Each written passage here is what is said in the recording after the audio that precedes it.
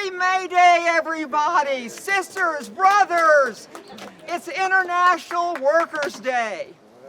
And, you know, we're so glad that you're here to attend this dedication of a state historical marker, a New Hampshire historical marker commemorating Elizabeth Gurley Flynn. We placed it here, guess why? Because she was born near here in 1890 on Montgomery Street. And because she was a major leader of the 20th century labor movement, as well as a speaker and organizer at only age 15 and 16, she actually joined the IWW, the Industrial Workers of the World, the Wobblies, when she was 17.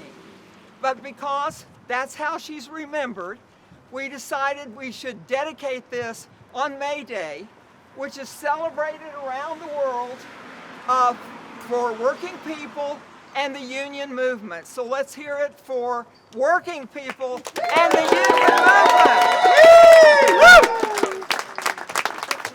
To celebrate this glorious day, which a communist benefactor somewhere gave us, I have to give credit to someone else who came up with that. But we decided, to dedicate it on this day.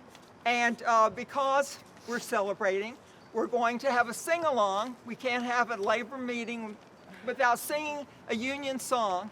And so we have Jack Bob and Carolyn Parrott here to lead us in singing. The lyrics are in the folder, the program, Union Maids. Well, Change the words a little bit. If you know me at all, you know I want you to sing along. And I don't care how you sing, except that it should be loud. And we're going to start with the chorus in the event you may not know it.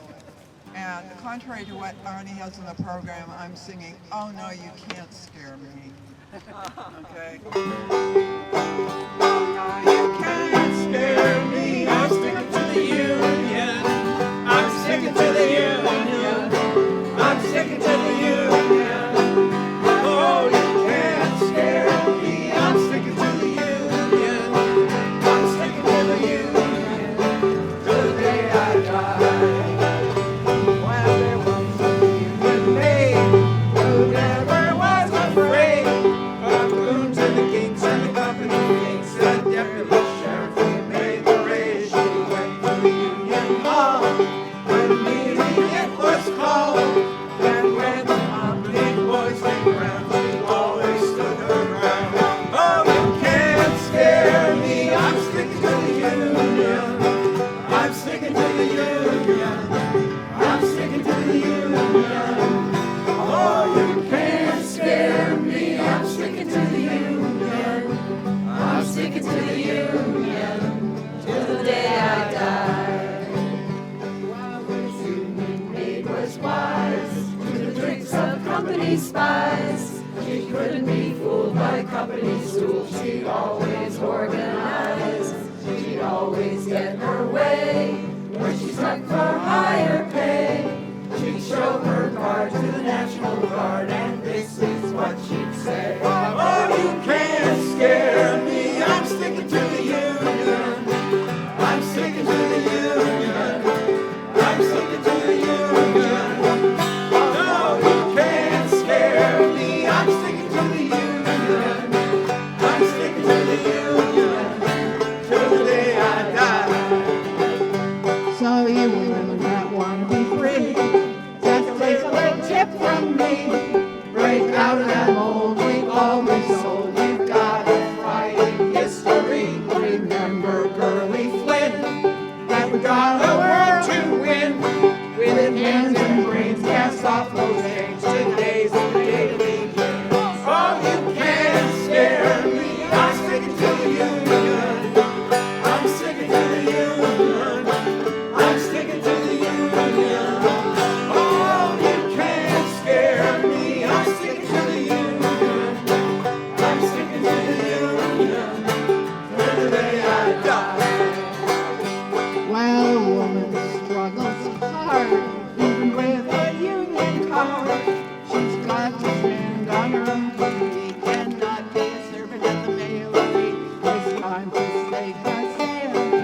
keep working hand in hand. There is a job that's gotta be done, and a fight that's gotta be won. Oh, you can't scare me. I'm sticking to the union. I'm sticking to the union. I'm sticking to the union. No, you can't scare me. I'm sticking to the union. I'm sticking to the union till the day I die. One more time. Oh, you can't scare me. I'm sticking to the union. I'm sticking to the union. I'm sticking to the union. No, you can't scare me. I'm sticking to the union. I'm sticking to the union till the day I die.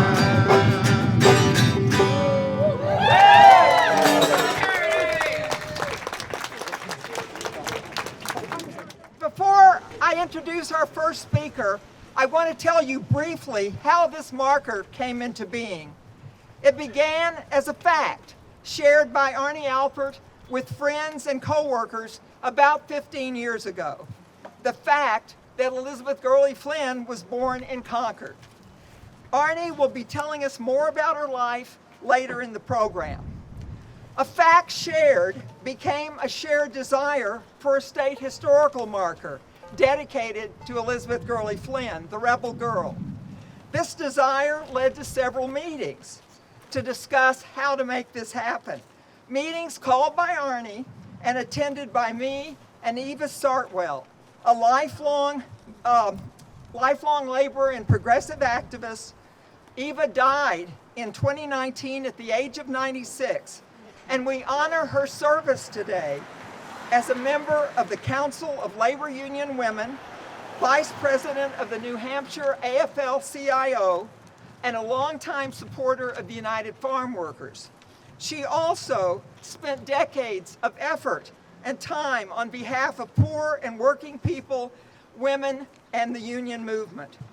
Because our committee was very small and we were working people involved in other progressive causes, we were diverted from our goal until 2020. At that time, Arnie retired after 39 years working for the American Friends Service Committee New Hampshire as director, as co-director, and thankfully, when he retired, he took up the project again. Can I ask for a round of applause for Arnie? Yay, Arnie!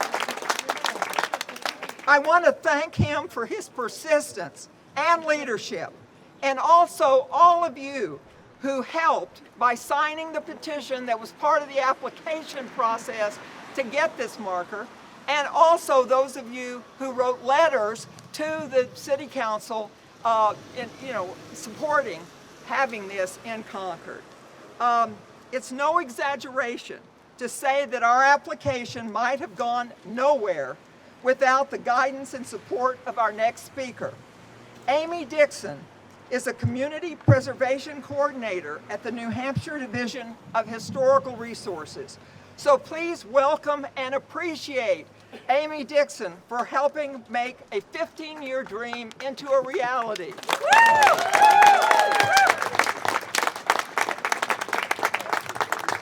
And it is on. Okay. Yeah. I just thought it would be appropriate. Hi, good morning and welcome everyone, and thank you for joining us today. Get your mic closer. Okay. I'm honored to have a moment to speak about New Hampshire's Historical Highway Marker Program. Since the program's inception in 1958, we've installed 278 markers, this being our 278th. New Hampshire's Historical Highway Markers illustrate the depth and complexity of the state's history and the people who made it, from Abenaki Native Americans to poets, painters, and contemporary sports figures, from meeting houses to stone arch bridges and long-lost villages, and from factories and cemeteries to places where international history was made. The Division of Historical Resources is working diligently to diversify the stories told through the program, to broaden its content, and to think more holistically at whose stories are being told and represented. Mary Lee pointed out that to date there are now only 12 markers in the program that tell the story of an individual woman, Elizabeth Gurley Flynn, the rebel girl, being the 12th. 8 of these markers have only gone up in the last 10 years or so. For me, this is slow but steady progress, and I look forward to supporting more stories like Elizabeth's. Thank you, Arnie and Mary Lee, for bringing Elizabeth Gurley Flynn's story and origins in New Hampshire to light in this way, and thank you all for your support. And before I pass the mic and we unveil the marker, I do want to also thank the Concord Heritage Commission and City Council and their City Engineering Department for their support in helping us locate and place the marker here today. So, with that, we will unveil. Yay! Anyone who wants to help unveil, we're going to pull off this plastic and come and look at this. You should get up. No, you keep it going. You're on live, right? Yeah, so you can get rid of your mic. Oh, good. We need a call for us.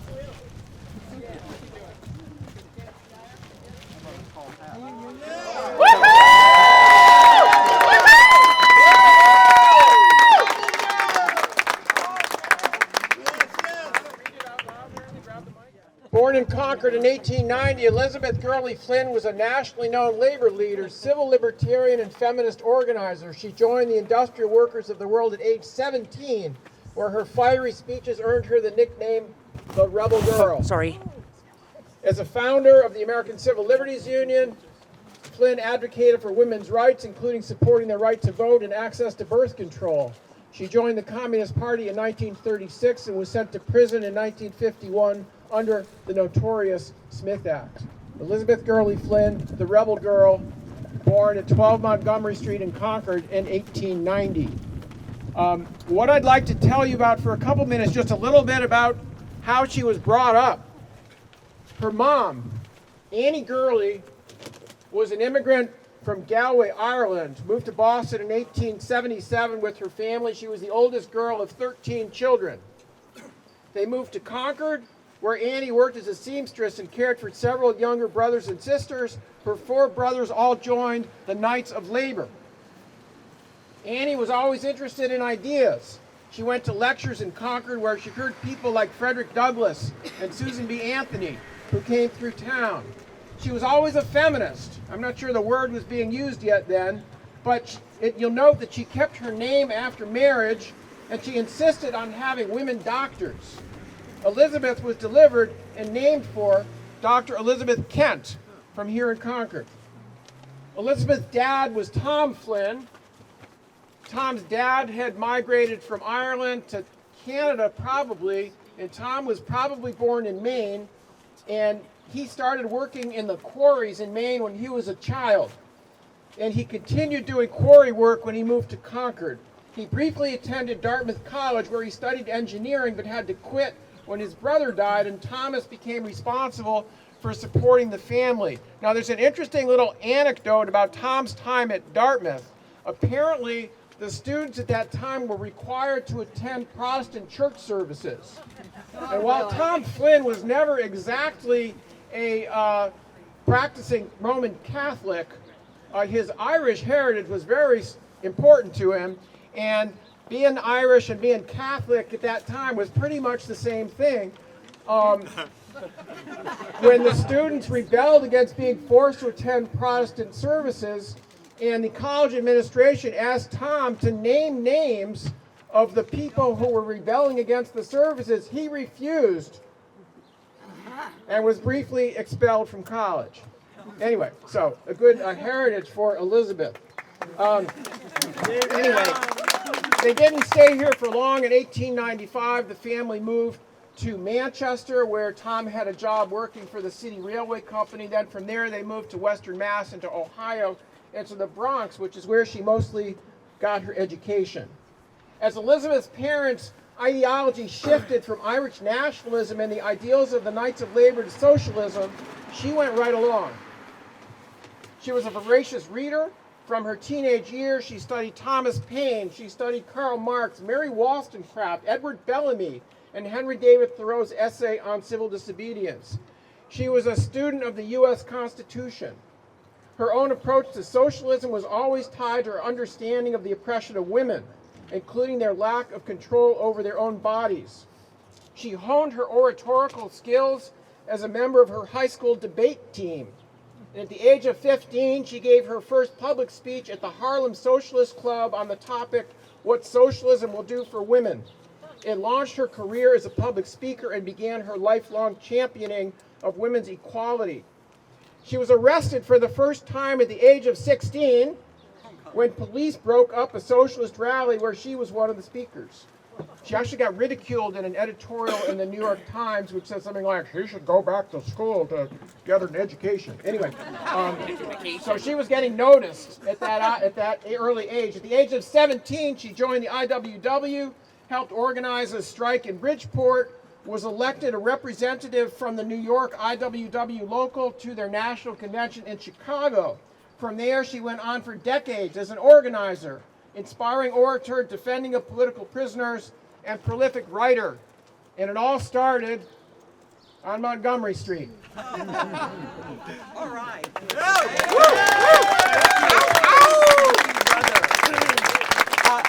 I think that Arnie should also plug, he's now, after years as an organizer, he's also a historian, and he has a website. It's nhradicalhistory.org, so definitely check it out. He's also writing a regular column, active with the activists, for the online publication In Depth, New Hampshire. So, we can go to Arnie for all radical history knowledge.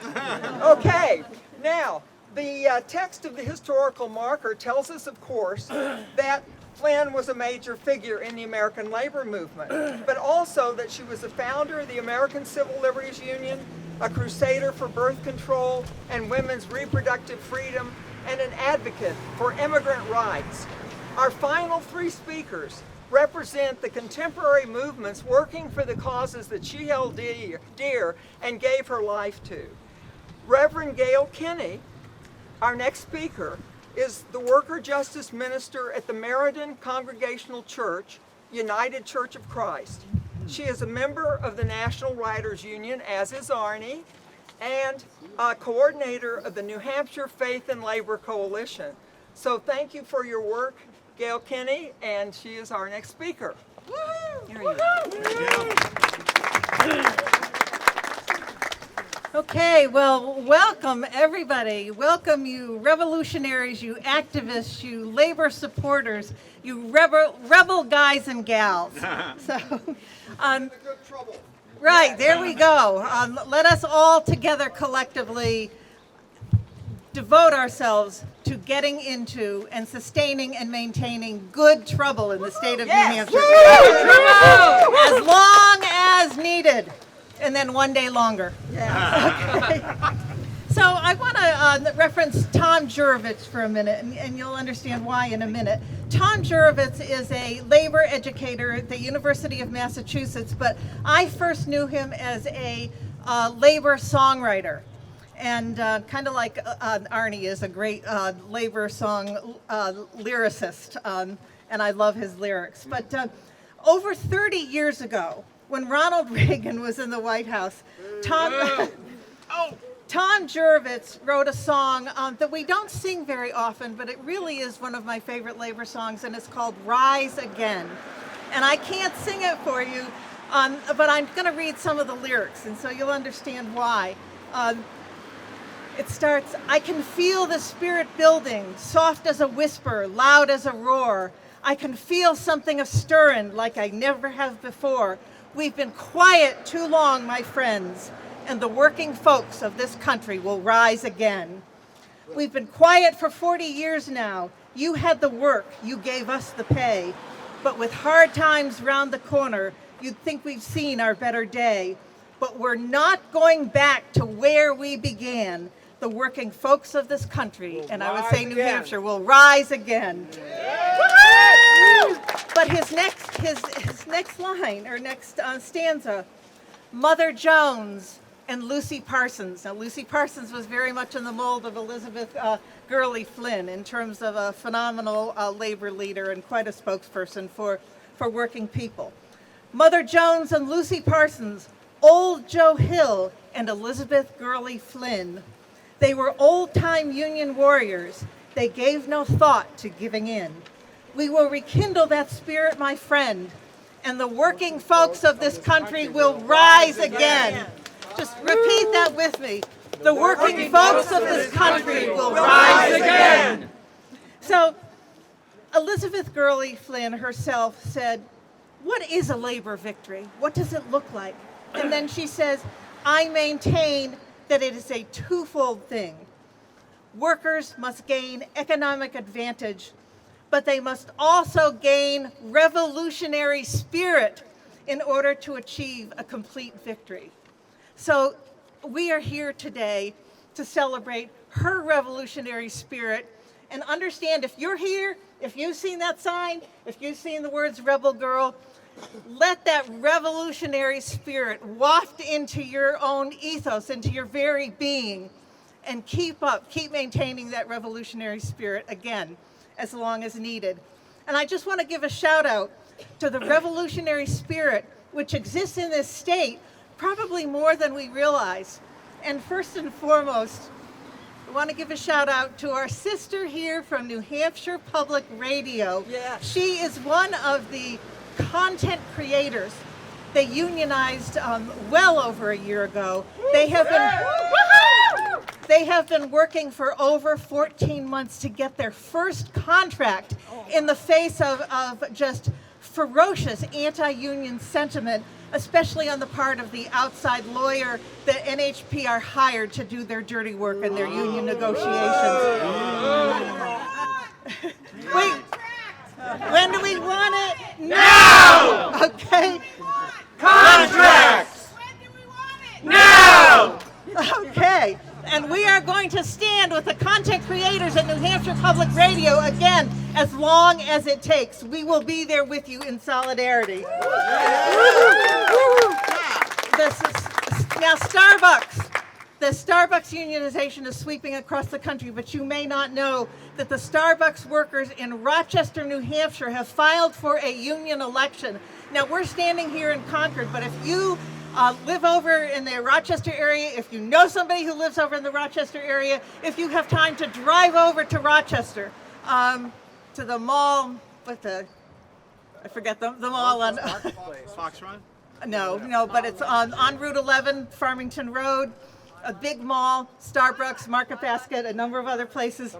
You go into the Starbucks and you let it be known that you stand in solidarity with them.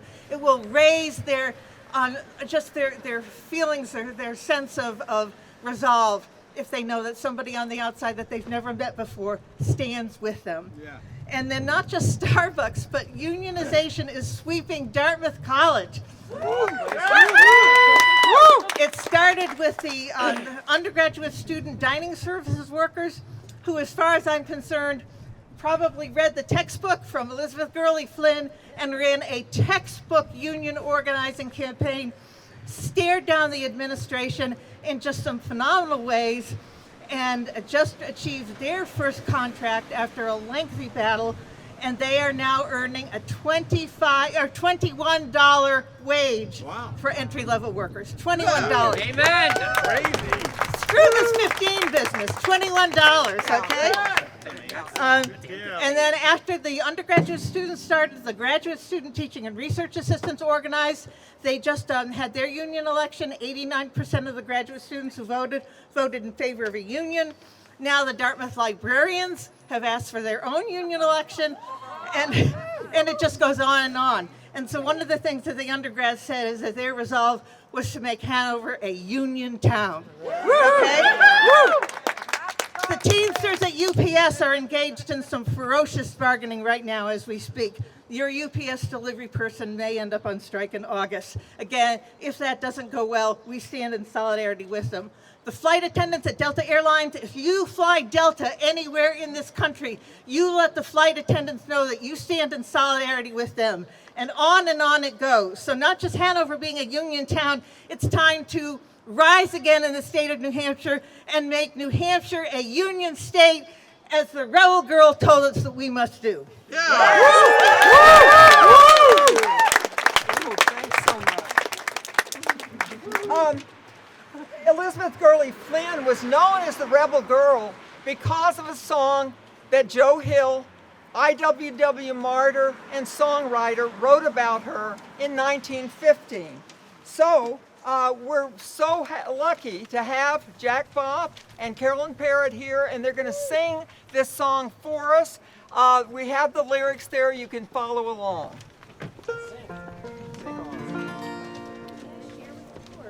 This is not a song you'd be familiar with. I just heard it for the first time about 2 weeks ago.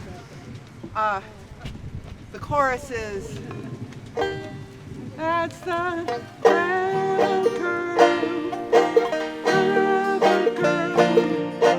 To the working class, she's a precious pearl. she brings Courage and pride and joy to the rebel boy. We've had Girls before, but we but we need some more. the industrial Workers of the world, Cause it's great to fight fight for freedom with the rebel girl. You'll do your best. The line that gets me, it just slays me, is we've had girls before, but we need some more. That's a great line. There are women of many descriptions in this weird world, as everyone knows. Some are living in beautiful mansions, Wearing the finest of clothes, there are blue blood queens and princesses, bedecked in diamonds and pearls, but the only thoroughbred lady is the rebel girl. that's the rebel girl. The rebel girl to the working class, she's a precious pearl. She brings Courage, pride, and joy to the rebel boy. We've had Girls before, but we but we need some more. Industrial workers of the world, that's great to fight for freedom with the rebel girl. Yes, her hands may be hardened from labor, and her dress might not be very fine, but a heart in her bosom is beating. That's true to her class and her kind, and the graduates in terror are trembling when the slide in the fire she hurled.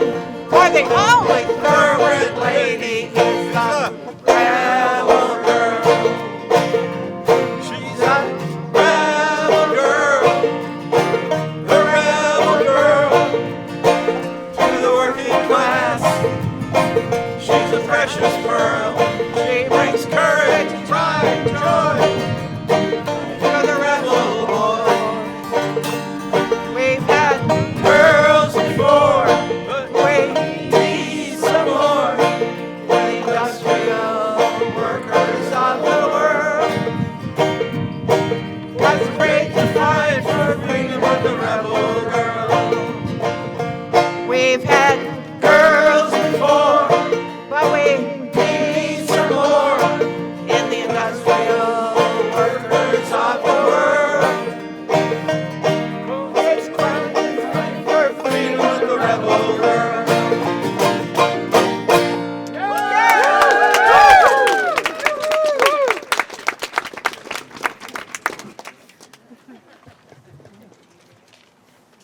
Our next speaker will talk about a cause and issues that Flynn also worked for during her life.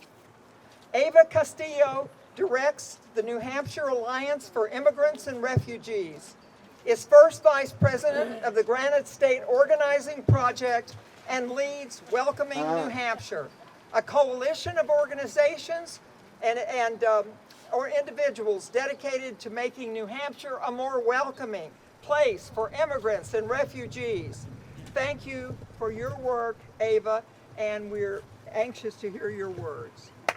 Yeah. Thank you, Arnie, for inviting me. My name is Eva Castillo. I live in Manchester. I have been in this so-called land of opportunity since 1976, and in New Hampshire since '82. I was not always an advocate. I have been an advocate for the past 30 years.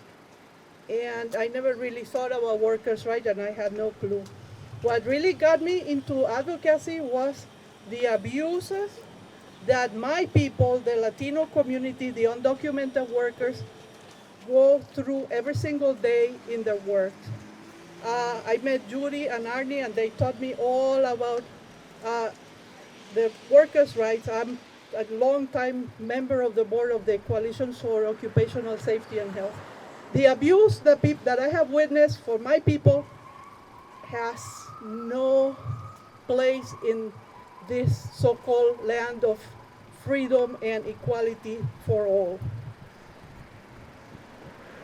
It upsets me when I see how we have become dehumanized, and even people that work, such as you, that work so hard for the rights of all workers, when you think of workers, you do not think of the undocumented people. And these are the people that were abused. These are the people that were organized by Elizabeth. You know, the people in the restaurants, you organize the restaurant workers, you organize the meal workers. These are people that are living here amongst us. During the pandemic, who do you think carried the weight of the economy in this country? The people that work in the fields, they kept working. The people that work in the meat packing industries, the people that work in the milk industries, these are people that are invisible, and our government has made very successful. They're being very successful at making them invisible and making them just about a number. We have a governor now that is putting the Northern Alliance, because we're already heating up the engines to run another presidential anti-immigrant campaign. If we do not get our act together, and I challenge every single one of you that fight for labor rights to include these workers. I'm sick and tired of empty promises. I'm sick and tired of people that fight for justice, but they don't include my people. Yeah. It really hurts me. When we talk about workers, these people are here working. There's nothing that they can do other than work. They got no benefits. They have absolutely nothing, and they're abused, and under our noses, we allow that to keep happening. I want, this is not a red and blue state. Both parties have let us down. Both parties promise the sky and promise everything and the second they win, they already hurt us. So the blues are not any better than the reds. They just give us a nicer kick in the butt and say, farewell, my darling. Other than that, the fact that they don't insult us and call us, the result is the exact same thing. So please, open your hearts, your minds, and your organizations to join the immigrant movement too.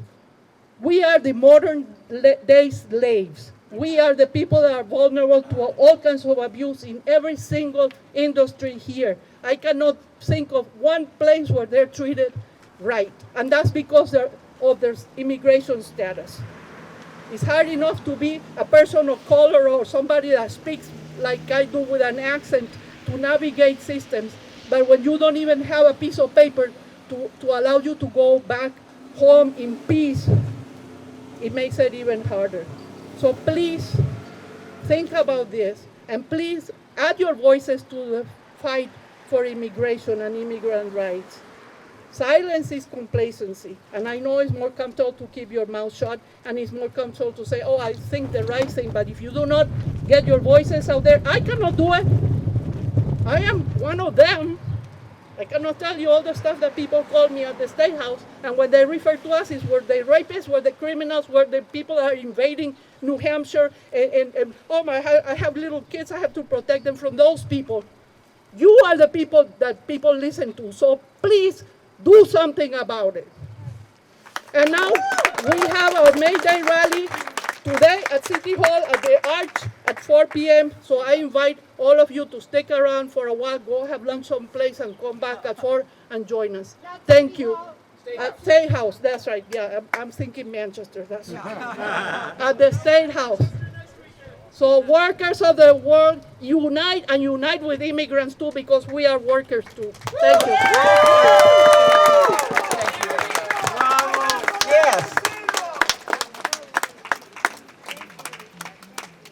Thank you so much. Our final speaker also represents causes that Flynn cherished as a founder and national board member of the American Civil Liberties Union and an activist on behalf of birth control and reproductive rights.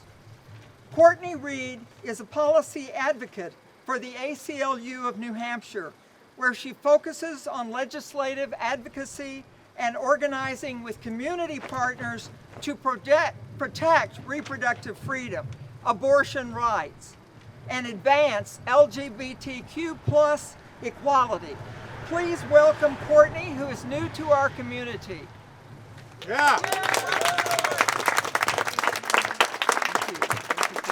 Thank you so much.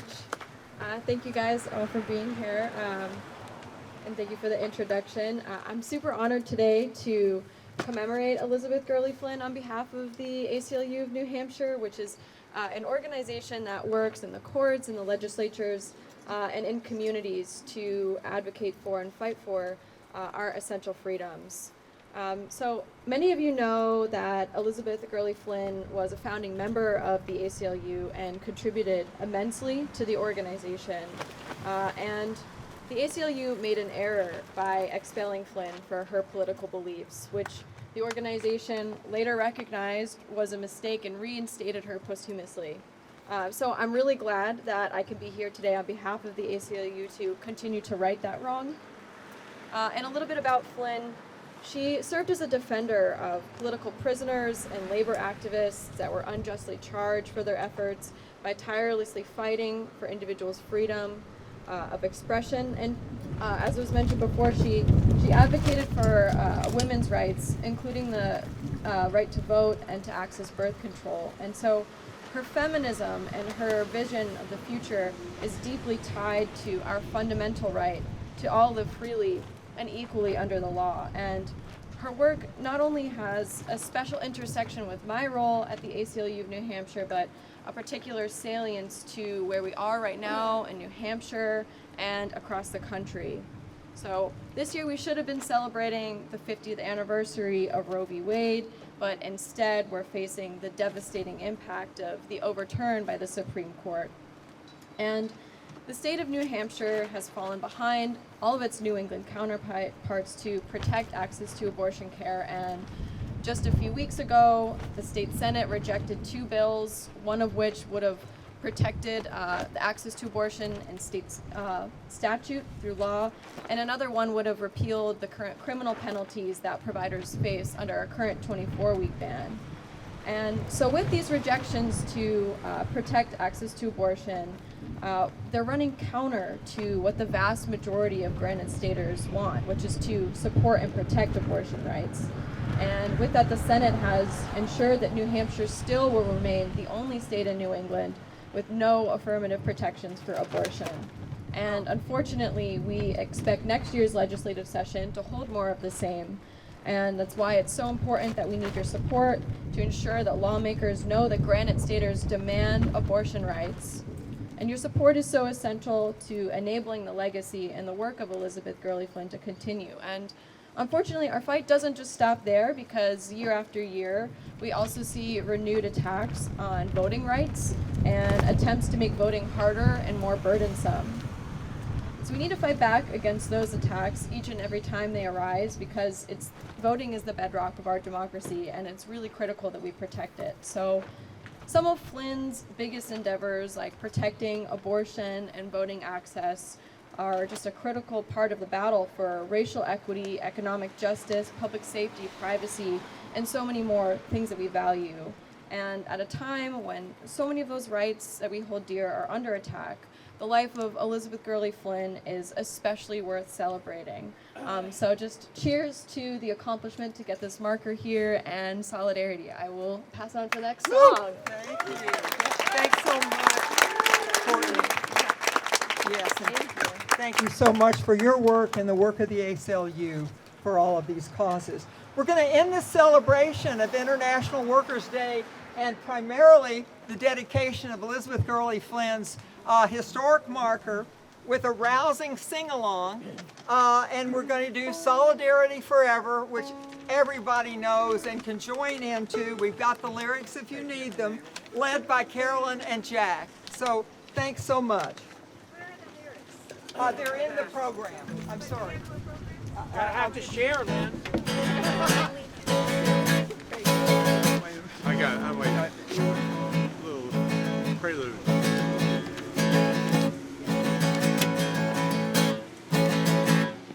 Feel the tension. Talk amongst yourselves.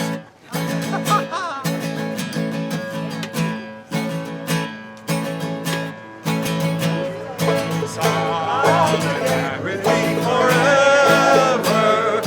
Solidarity forever. Solidarity forever. For the union makes us strong. Very good. Well, the union's inspiration through the workers' blood shall run. There can be no greater power anywhere beneath the sun. Yet what force on earth is weaker than the feeble strength of one? But the union makes us strong. Solidarity forever. Solidarity forever.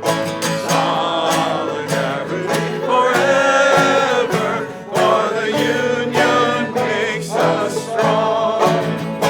Is there aught we hold in common with the greedy parasite who would lash us into serfdom and would crush us with his might?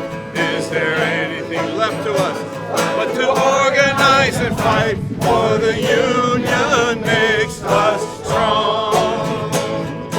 Solidarity forever.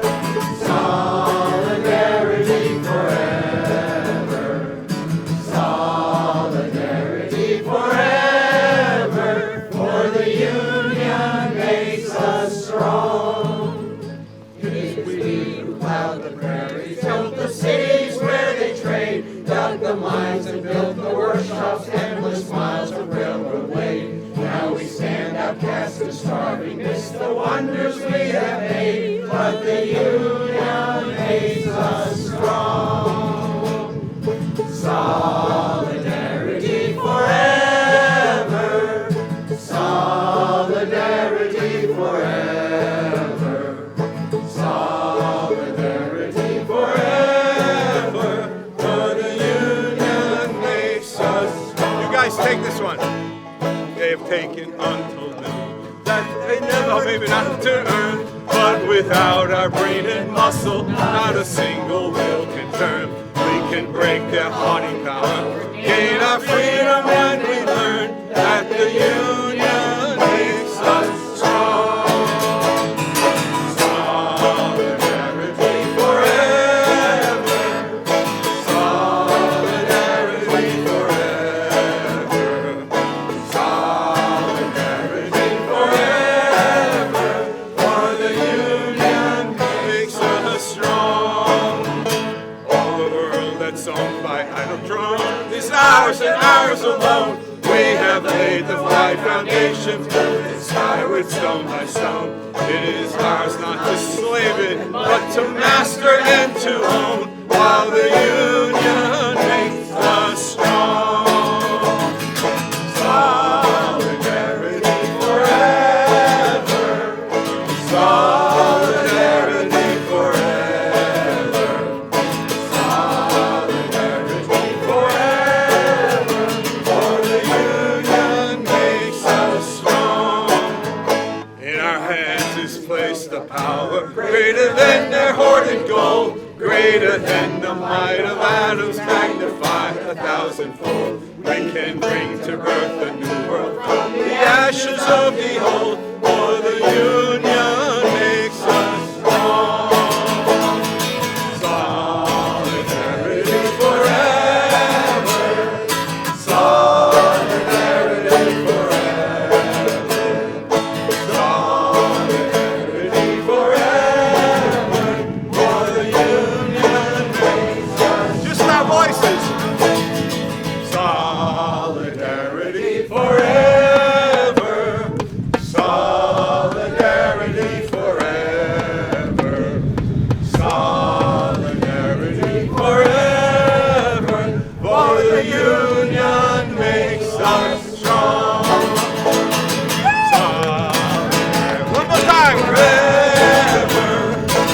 God.